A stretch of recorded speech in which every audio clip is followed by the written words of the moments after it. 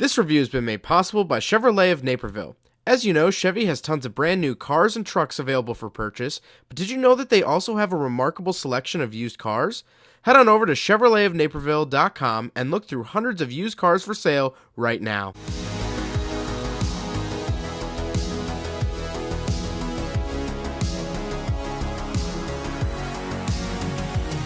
Alright, what's up guys? My name is Zach, and today I am driving a 2006 Hummer H3. Up front is a 3.5 liter inline 5, and down below is a 4-speed automatic transmission. Now I am super excited to be driving this here Hummer for a couple of reasons. First of all, I've only ever done one other Hummer ever. That was an H3T, one of the rarest versions of the Hummer you could get. And so now I'm doing the non-truck version, which was a little bit easier to find, but again, at the end of Hummer's production line. The second reason is that I get to release this video on the 4th of July. Happy 4th of July to everyone in the US. I couldn't think of a better car to be reviewing on the 4th of July than a Hummer. But before we get on to anything else, I have a website, ZachPradel.com, where you can buy stickers like this retro sticker pack I have available for just $10 with free shipping, as well as a big friggin' bottle sticker in that beautiful red, white, and blue for $4 with free shipping as well. You could also submit your own vehicle to be reviewed by me through a quick and easy submission form, and you could read my behind-the-scenes blog to see what I'm filming before it comes out on the channel. But let's get back to that 3.5 liter inline 5 under the hood. Well, it makes about 220 horsepower and was one of a few options you could get in the Hummer H3. You could also get a V8 option, which was basically just a Silverado V8, but this is the inline 5, which I think is the more interesting option. GM used this engine throughout the mid-2000s for quite a while. You could also get this in like the GMC Canyon and Chevy Colorado, the smaller pickup trucks. Like I said, paired to a 4-speed automatic transmission, it's trying its best. It's been 16 years since this car came out.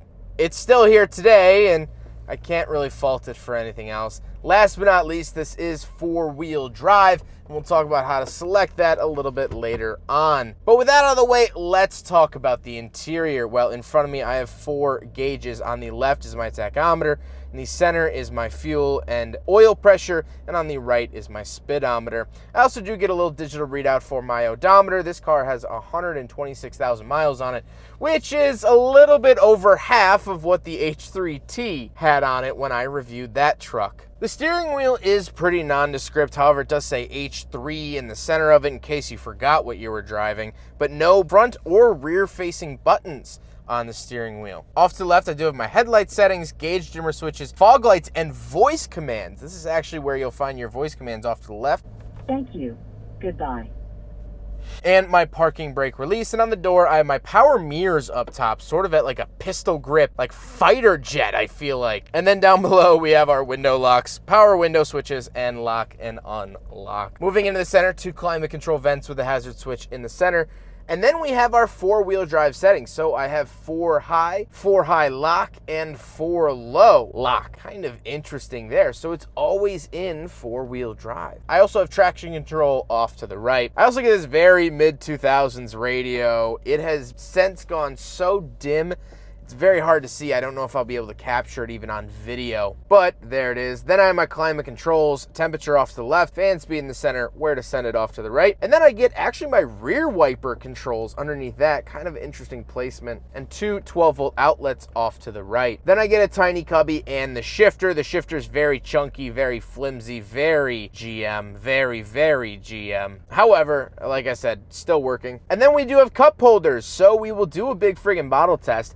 And God bless the Hummer. If you take this liner out, GM in the mid-2000s was really good about adding these liners so you could easily clean your cup holders. However, when you take them out, you do get more space, and the big friggin' bottle fits in the rear cup holder when you remove the liner. So the Hummer H3 from 2006 passes the big friggin' bottle test.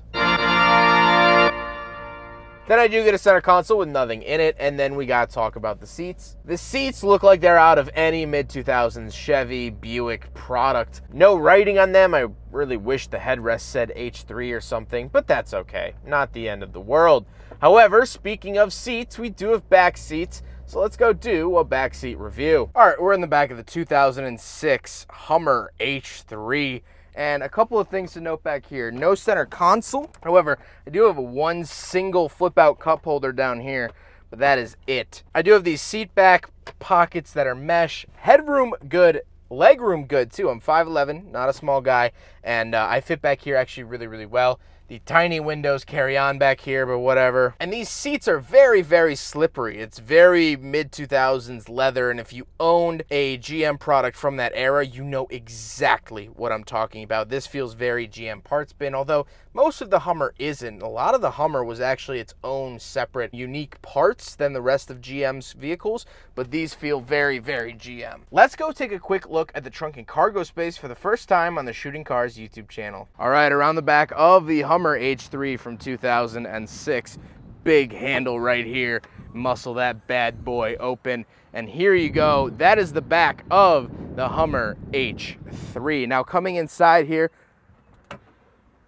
we can open this up. Some extra storage in there. This is just a piece of plastic, which as I'm finding out, you kind of need two hands to put back on here. There you go. Then over here, you just get a speaker. Nothing really too crazy. I do get a 12-volt outlet. Love seeing that in the back of vehicles. And of course, that second row does go down, and it has this hardened plastic backs, so you can sort of slide whatever you want in there, and it's not going to damage the seat. I really, really like this back area of the Hummer. I think it's fantastic, and honestly, I think I'd want one of these over a truck, but I don't know, that's my own opinion. Now we gotta talk about the looks. Now this is finished in Boulder Gray Metallic, very American name, Boulder, like Colorado. And overall, I mean, you just can't beat it. The Hummers have always had very polarizing design. They don't really look like anything else on the road, and I have to give them props for that. However, something that really bothers me is the little hooks on the hood. Now, originally for the military purposes, they would drop these out of airplanes attached to parachutes and just generally move them around with cables, and that's how they would hook up to the Hummer. They would just strap it to those big hooks, but these are just for vanity. These are just chrome pieces because it's a Hummer and it's supposed to have those, not because they're actually functional. Kind of a weird styling quirk. However, I do like the Hummer H3 just because it's like, it's a Hummer, you know? Can't really mess that up. But now let's get on to my final thoughts. What do I think about the Hummer H3 now finally driving a non-truck version? Well, here's the thing. If you're watching this video abroad, not from the United States, where you probably didn't get Hummers, not a whole lot of countries got Hummers because they were such gas guzzlers and huge. And, you know, I've always had the philosophy of cars are like goldfish, the animal. A goldfish will grow to be the size of whatever fish tank you put it in. If you put it in a little half-gallon tank, it's going to be a really small fish. But if you put it in a 75-gallon tank, that fish is actually going to grow larger physically. That's why goldfish in streams will be a couple pounds. They grow to the size of their environment, and I think that's true with cars. In Europe, the environments in which they sit, the streets, are a lot smaller. But here in America, look, this is my own private test track out in the middle of a suburban area. I have so much room to play.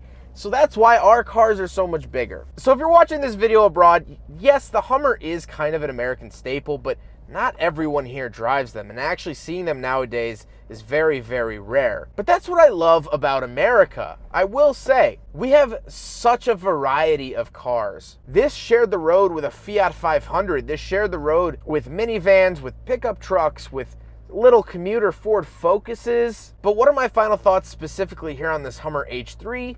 Well, this feels like a copy of a copy of a copy. If you've ever photocopied something, I know my teachers will understand this. Once you make a photocopy of a photocopy, it starts losing its quality. It starts to get grainy. Like any TV show or movie that's featured clones, if you clone a clone and then clone that clone's clone, you start to have issues. And that's how I feel about the H3.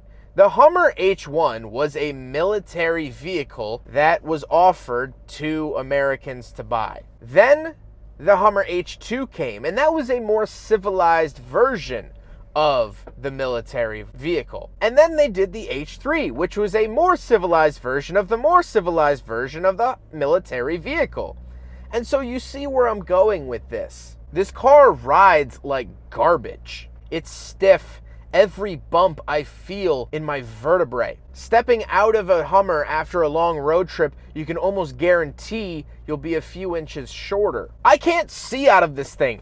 Now, Hummers have small windows over here because the original military vehicle had small bulletproof windows. You could see out of them, but they would still stop a shell. But this is a civilian version. I'm not stopping any 50 cal rounds with this window. Make it bigger. It doesn't have to be small. I feel like I'm riding in a hot rod chop top. Those dumb hooks on the front, you're not fooling anyone with those. They're chrome and plastic. Yes, this SUV is great off-road. I will say, from the forum posts I've read and owners I've talked to, they love these things off-road. They do perform really well, and yes, it's based on a Chevy Colorado platform, but they gave it so much more off-road capability and off-road goodies, like a 2-speed transfer case for off-roading. Yes, it is good in that respect. But as an on-road vehicle, I can't recommend this to anyone. The plastics in here feel cheap. It's very, very mid-2000s GM. But then again, this car has a little bit of a playful bliss. It didn't know about the economic collapse that was coming 2 years later. It was just a big, brawny SUV. And Americans bought these things, man. This is the only Hummer that actually fits in a standard parking spot. When that's an achievement, you know Hummer was on something else. So yes, this is an American staple. It's a very American car to make a military vehicle something you want to put in your own garage. But this car does not represent America as a whole. I'm proud to be American not because of cars like this, but because of cars like this, this, and this. That's why I love America. I hope you guys enjoyed the video. Huge thank you to Chevy of Naperville for letting me take out their Hummer H3. Chevy of Naperville is absolutely awesome. We've been working together for years and years and years. Their information is up on the screen, as well as it's linked in the description below. If you want any new Chevy, they have it, as well as a bunch of sweet used cars. But I hope you guys enjoyed the video. Don't forget to rate the video, comment on the video, and subscribe if you really liked it. Take care, guys.